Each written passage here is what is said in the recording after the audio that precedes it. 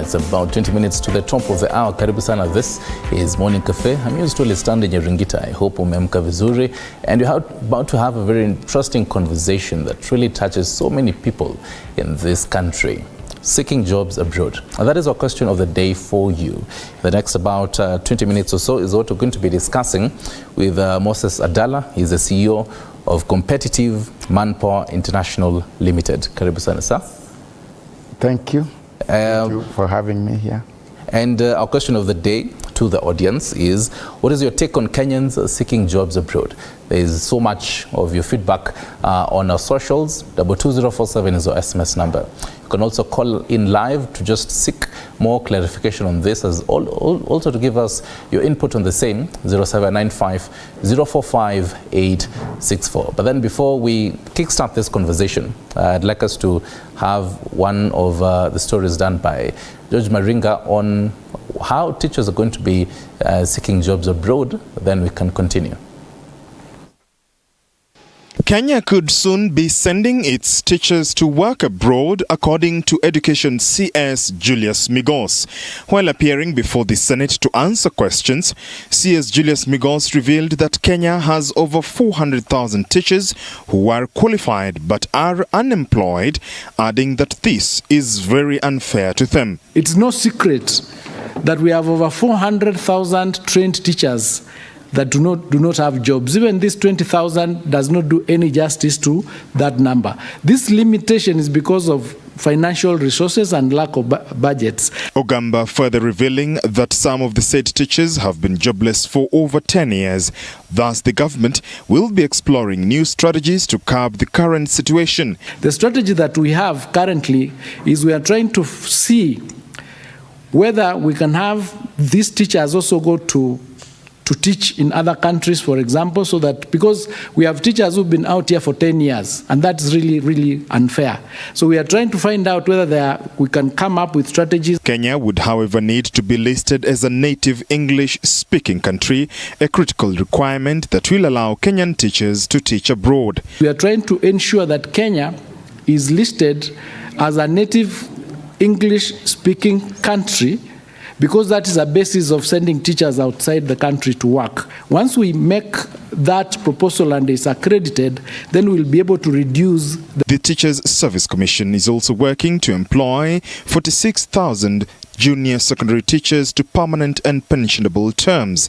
This, the CS says, will go a long way to resolving the staffing problem in schools. 9,000 teachers on permanent and pensionable terms, 8,378 teachers deployed from primary school to enhance the teacher numbers in junior school, and 39,550 intern teachers engaged to address teacher shortages. As noted above, these interns are in the process of being transitions to permanent and pensionable terms. Starting this month, Mr. Speaker, to December 2024, the government is recruiting an additional 20,000 teachers to further bridge in the junior schools. The projected establishment, therefore, for junior school teachers in 2025 will be 149,350 teachers. The teachers on duty will be 76,928, resulting in a shortage of 72,422 teachers. George Maringa, TV47, Nairobi. Thank you for that, George Maringa. There's so many numbers the Cabinet Secretary was pointing out, and that's just for teachers, Bwana Adala. When you take a look at generally, and as of last week, there were so many people who went to KICC, and the viral videos of that, we'll be showcasing that on your screens shortly. But there's something that the CS has said that I'd like us to start with, that for Kenya to be listed among the native English speaking countries, and this really goes to show when you're seeking a job abroad, the need and requirement for the language proficiency. There's so many tests therein. As someone who is in this industry, making sure that recruitment for Kenyans in Kenya and then to different countries abroad, why do we need, why as a Kenyan, why do I need to again have so many tests so that I can work abroad? Okay, thank you for that question. The reason of having such kind of tasks or the language proficiency, that's the major thing, is for easier communication.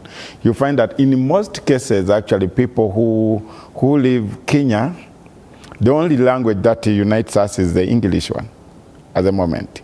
Now, that's why even we are having issues with deploying people to Germany, because mostly people who are from Kenya do not have the German language, so we have to have the language so that there is an easy way of communication. Does it happen vice versa? If people are coming from Germany, Australia, when they're coming to Kenya, do they need to take any proficiency test when they're coming to work in Kenya?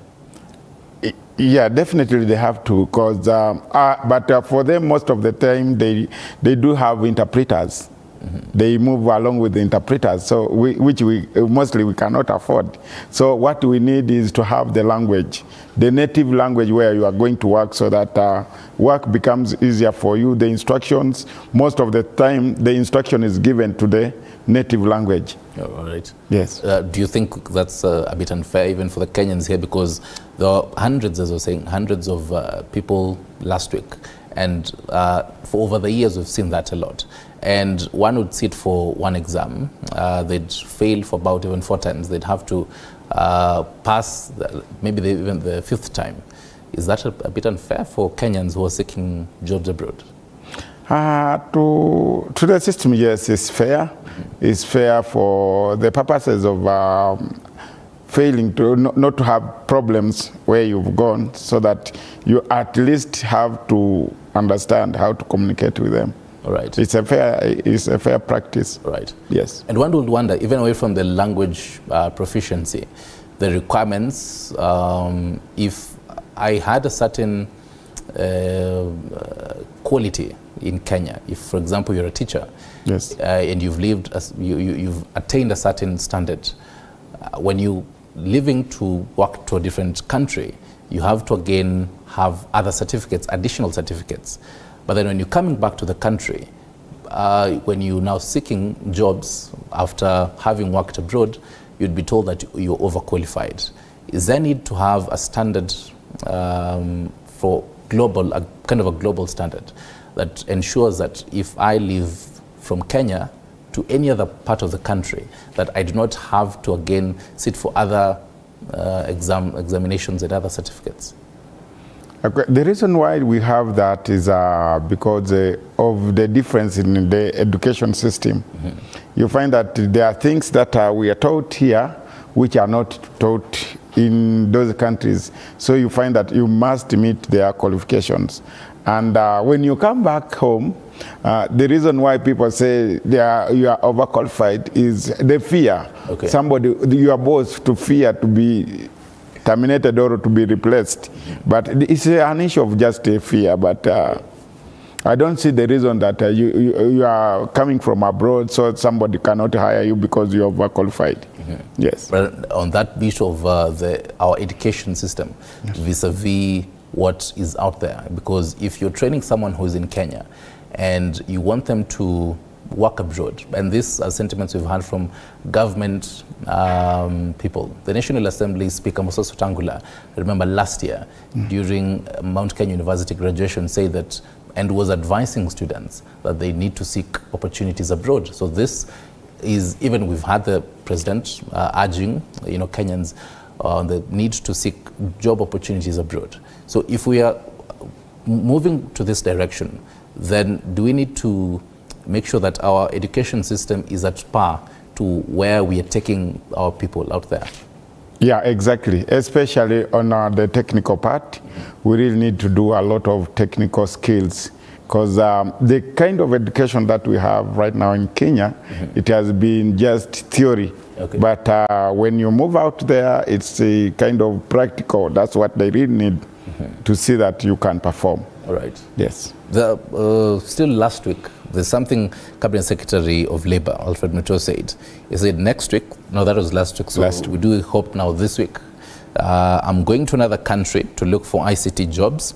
If you're applying for any job, have basic knowledge in the same field. Well, he continued to elaborate on that as well, but then for such kind of jobs as well, if someone in Kenya is looking for such kind of a job, how do they align themselves in what they've studied in Kenya, what they have practiced? How do they align themselves to what is out there? Even also in matters jobs, because even for competitive manpower, International Limited, when you skim through your social media platforms, you'll realize that different flyers have different age requirements. Some would say between 25 to 40, some would say below 40. What does that mean? Okay, the flyers, on the issue of age, what matters a lot is the company policies and the insurance. The more somebody is old, is the more expensive it becomes to be insured out there. So most of the companies prefer the age bracket between 22 to 45. Okay. Others go up to 50, but it's very difficult to get a job beyond that age.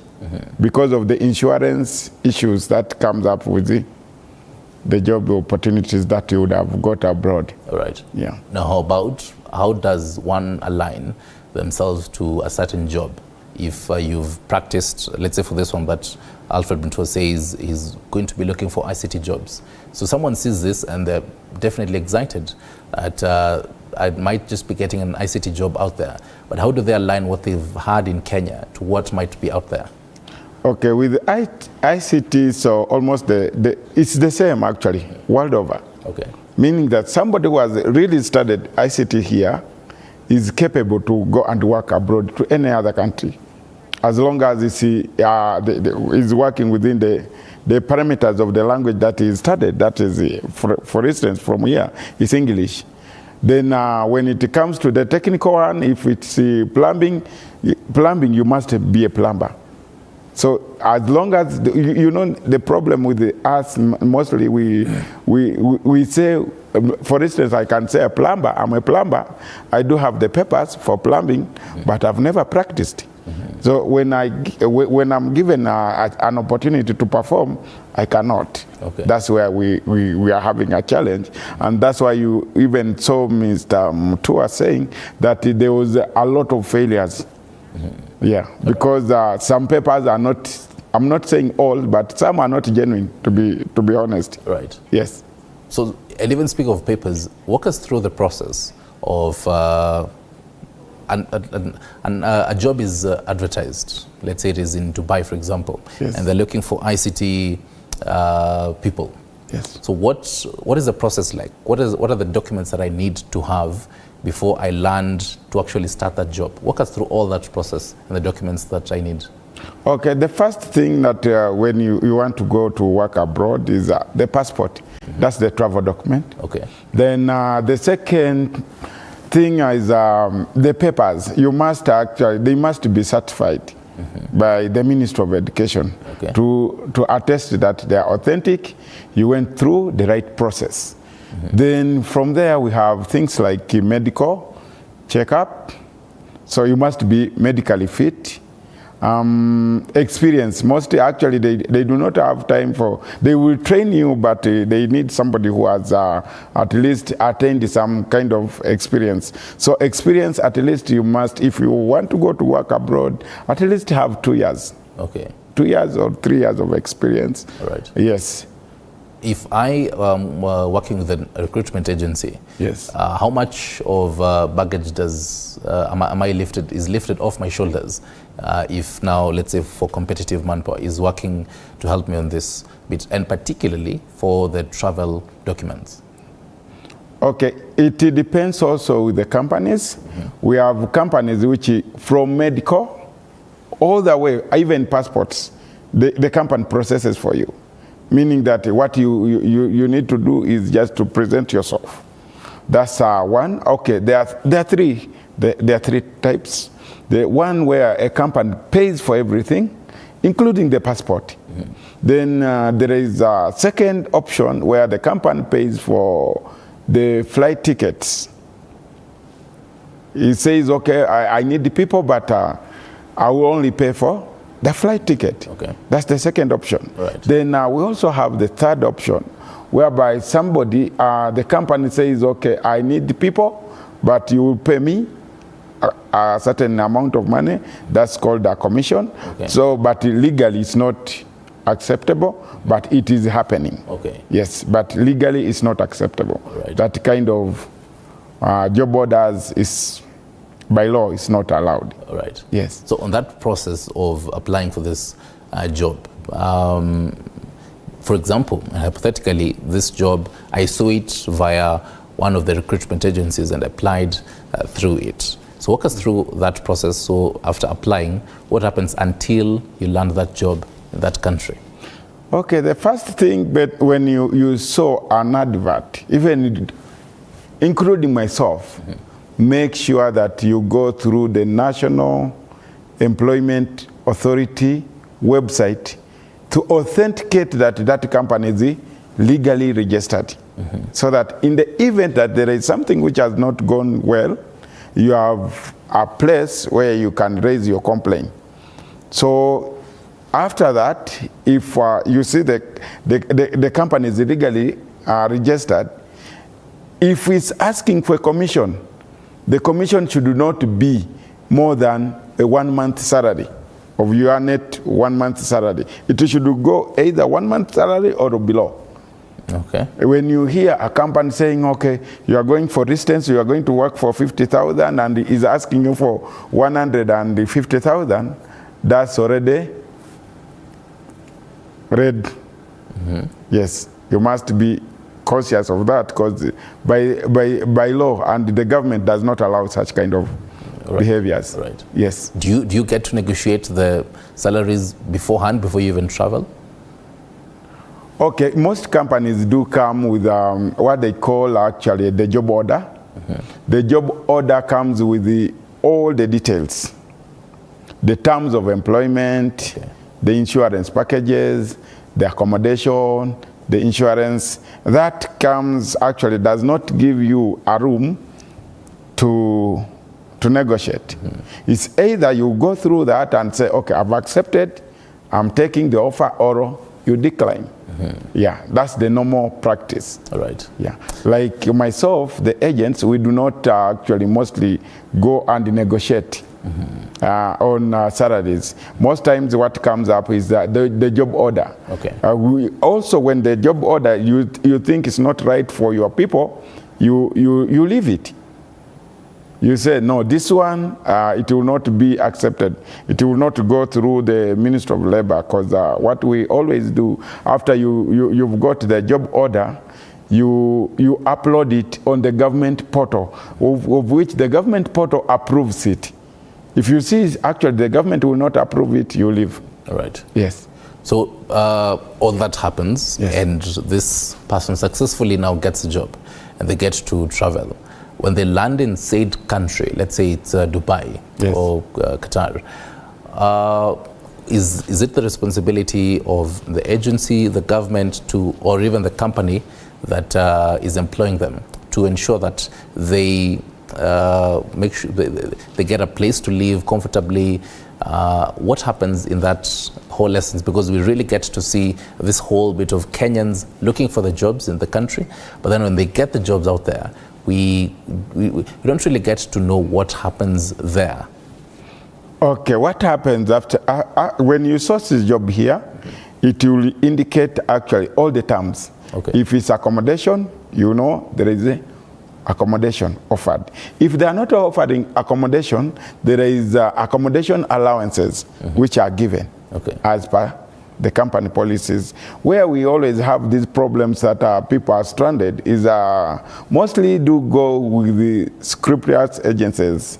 And also we have friends, like you may have a friend who is out there, who says, okay, we can bring people, and you start taking people. But you are taking those people, but you do not have, first thing, you do not have a job for them. So after they have reached there, they start searching for the job. That's where we always get this kind of problems.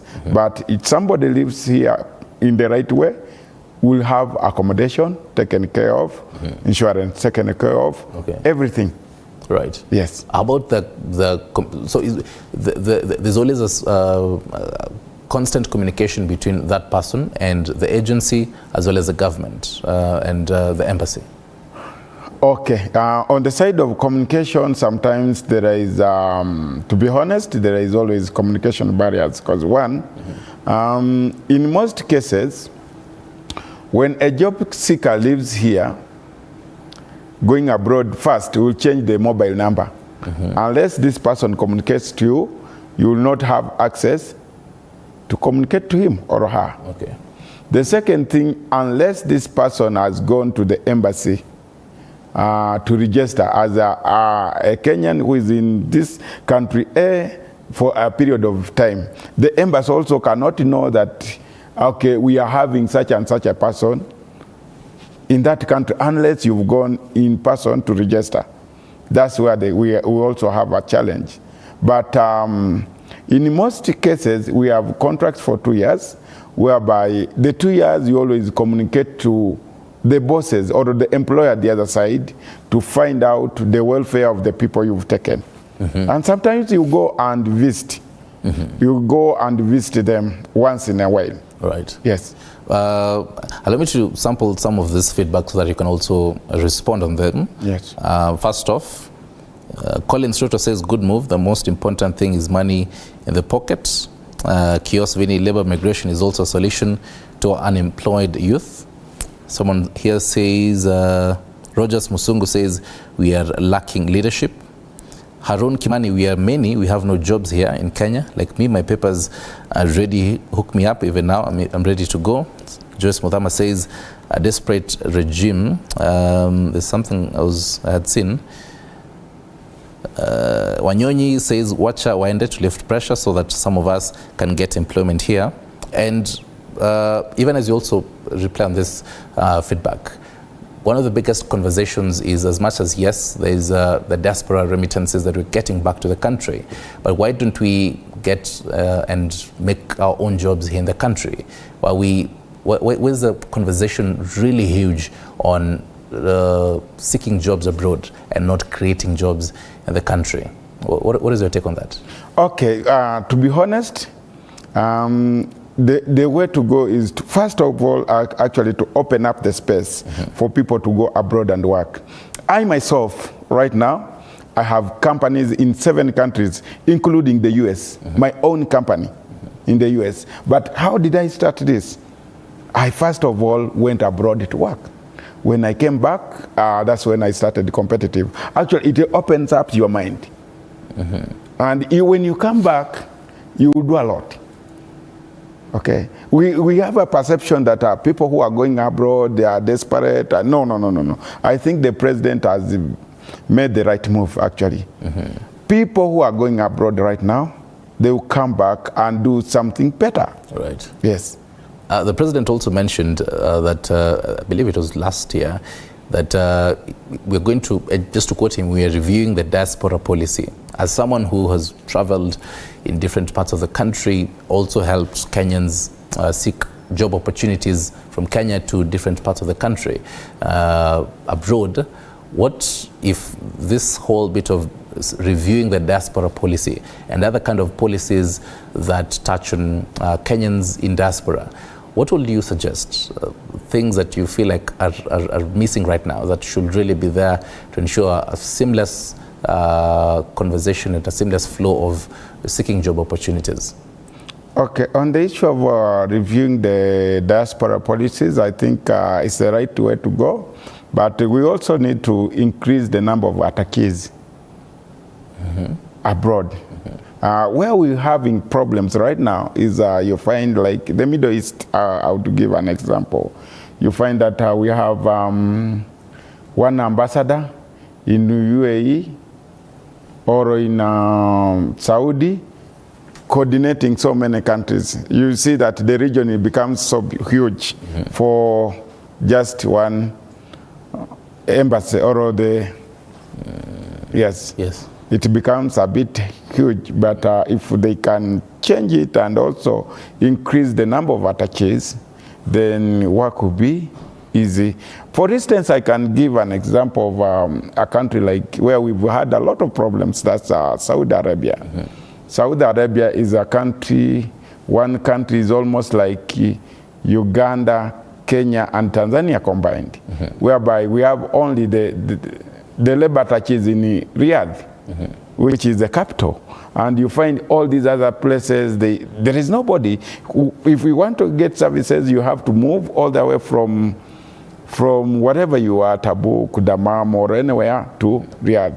That really affects the Kenyan people. Right. If they can increase the number of attaches, it will be better. Right. Yes. Moses, kindly give us your parting shot and generally what you expect in the coming years to see on matters job, Kenyans seeking job opportunities, the clarion call even from the government and towards the government. Okay, what I see in the coming years, if we move the way we are doing right now, we will find that many jobs would have been created in Kenya. Not only people who are going abroad are going to come back and do something because they would have learned something. We have so many things that are really have not been here, and people are coming with a different knowledge, so that we develop the country together. Right. Yeah, I just give an example of myself that I went abroad. I came back, I started a company. I'm not only now in one country, but I'm in 7. Right. Which all the capital, I got it from abroad and the knowledge. Very briefly, there's something Happiness Ndanu is asking here, just to finalize. Let them seek and find, but hopefully, hinayo haitakuwa na mateso kama hizi za Saudi. To add on, why are they not asking for professional careers such as teachers, doctors, engineers? Well, we've seen for the teachers, but your feeling on this, very briefly? Then okay. The issue of, the reason why there is a limitation of teachers, doctors, there is scarcity of doctors and teachers here. Actually, we've been, for the time I've been in recruitment, you do not take teachers. You do not take doctors because of the scarcity. Actually, the government also makes sure that it does not allow to lose all the manpower it has to go abroad. Because I think because of the kind of salary that is paid, you would find that more teachers would prefer to work abroad than working here. So the government has put up some conditions that you cannot take teachers, you cannot take doctors. Thank you very much, Moses Adala. He's the CEO of Competitive Manpower International Limited, and thank you very much for your feedback. I hope tumeipitia kama bado. This conversation continues on our digital platforms. We're asking you, what is your take on Kenyans seeking job opportunities abroad? We are taking a short break. When we come back, I'll be telling you where we're going next.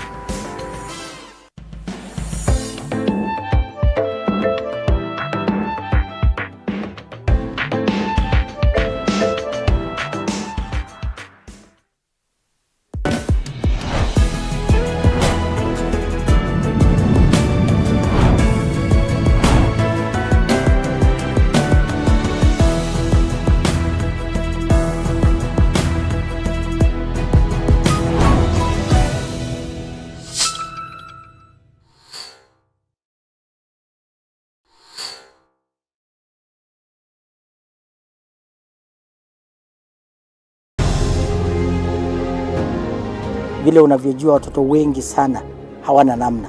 Mimi ningependelea watoto wasome. I'm here to stress on education.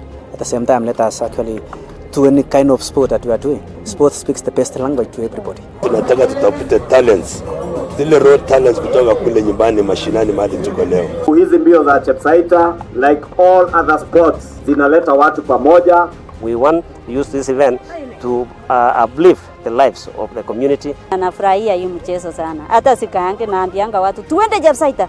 Wanafunzi wakimbie ili wakuze talanta ya mbio ama kuhimiza tena elimu. This is the place to be. Hapa ndipo mahali wanastahili kuwa tarehe 7. Wale watoto walikimbia last year, wamekimbia mpaka wamefuka mipaka zetu za Kenya.